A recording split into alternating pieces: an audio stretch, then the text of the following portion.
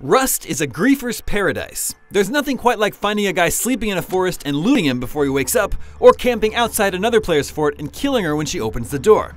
For those who enjoy deadly games of cat and mouse, Rust might just be the best survival game out there. But anybody more interested in building and exploration, or those who aren't able to devote themselves to one game, may have a rough time.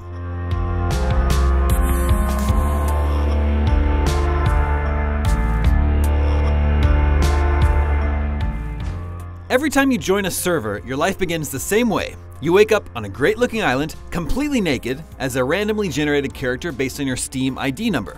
You are armed with nothing but a rock and a torch. In this respect, Rust doesn't deviate much from the standard survival formula found in games like Minecraft, The Forest, Stranded Deep, or Subnautica. Using your rock, you chop down trees and gather rocks, which you use to build a rudimentary shelter while keeping an eye on hunger, thirst, and health gauges.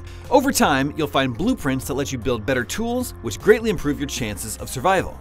That progression can feel stunted, because finding blueprints in Rust is unreliable at best.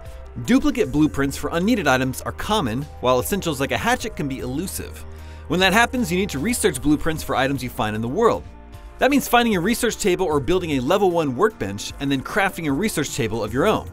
All of this requires you to have hundreds of the appropriate materials on hand to craft, and there's still a degree of chance involved with finding the items you need to deconstruct. That leads to a lot of frustrating grinding. In that way, a lot of the ability to progress is based on the luck of the draw. For instance, much of the best loot is found in radiation zones that require protective gear, so if you're not lucky enough to find some, you're going to have a hard time exploring those zones without dying. All of that happens while contending with hostile players, which adds a constant element of danger. There can be over 400 on a single server, and they're all potentially dangerous. Like the once popular zombie survival game DayZ, it's best to approach other people with a distrustful eye.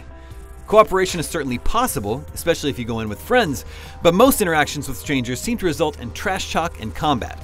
Often, that's just one player ambushing the other and killing them before they know what hit them. Unfortunately, the combat never really feels good enough to be exciting on its own merits because of weak feeling and inaccurate weapons.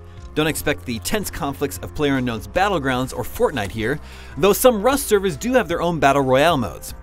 But the stakes are high. Losing a fight with rare gear in your inventory can mean hours of valuable crafting and resource gathering down the drain. That does add a sense of tension.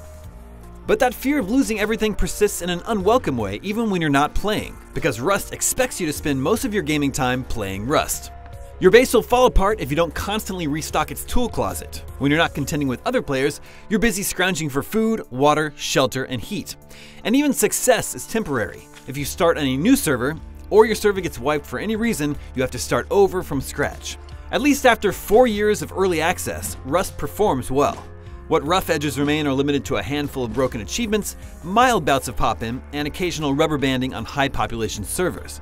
For the most part, everything ran smoothly for the 30 hours played for this review. Rust is an aggressively competitive survival game that thrives on conflict and trash talk.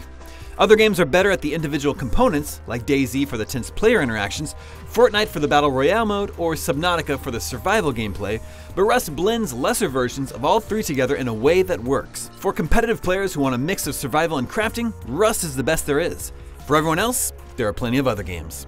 For more survival action, check out our reviews of PlayerUnknown's Battlegrounds and Metal Gear Survive. And for everything else, stick with us here at IGN.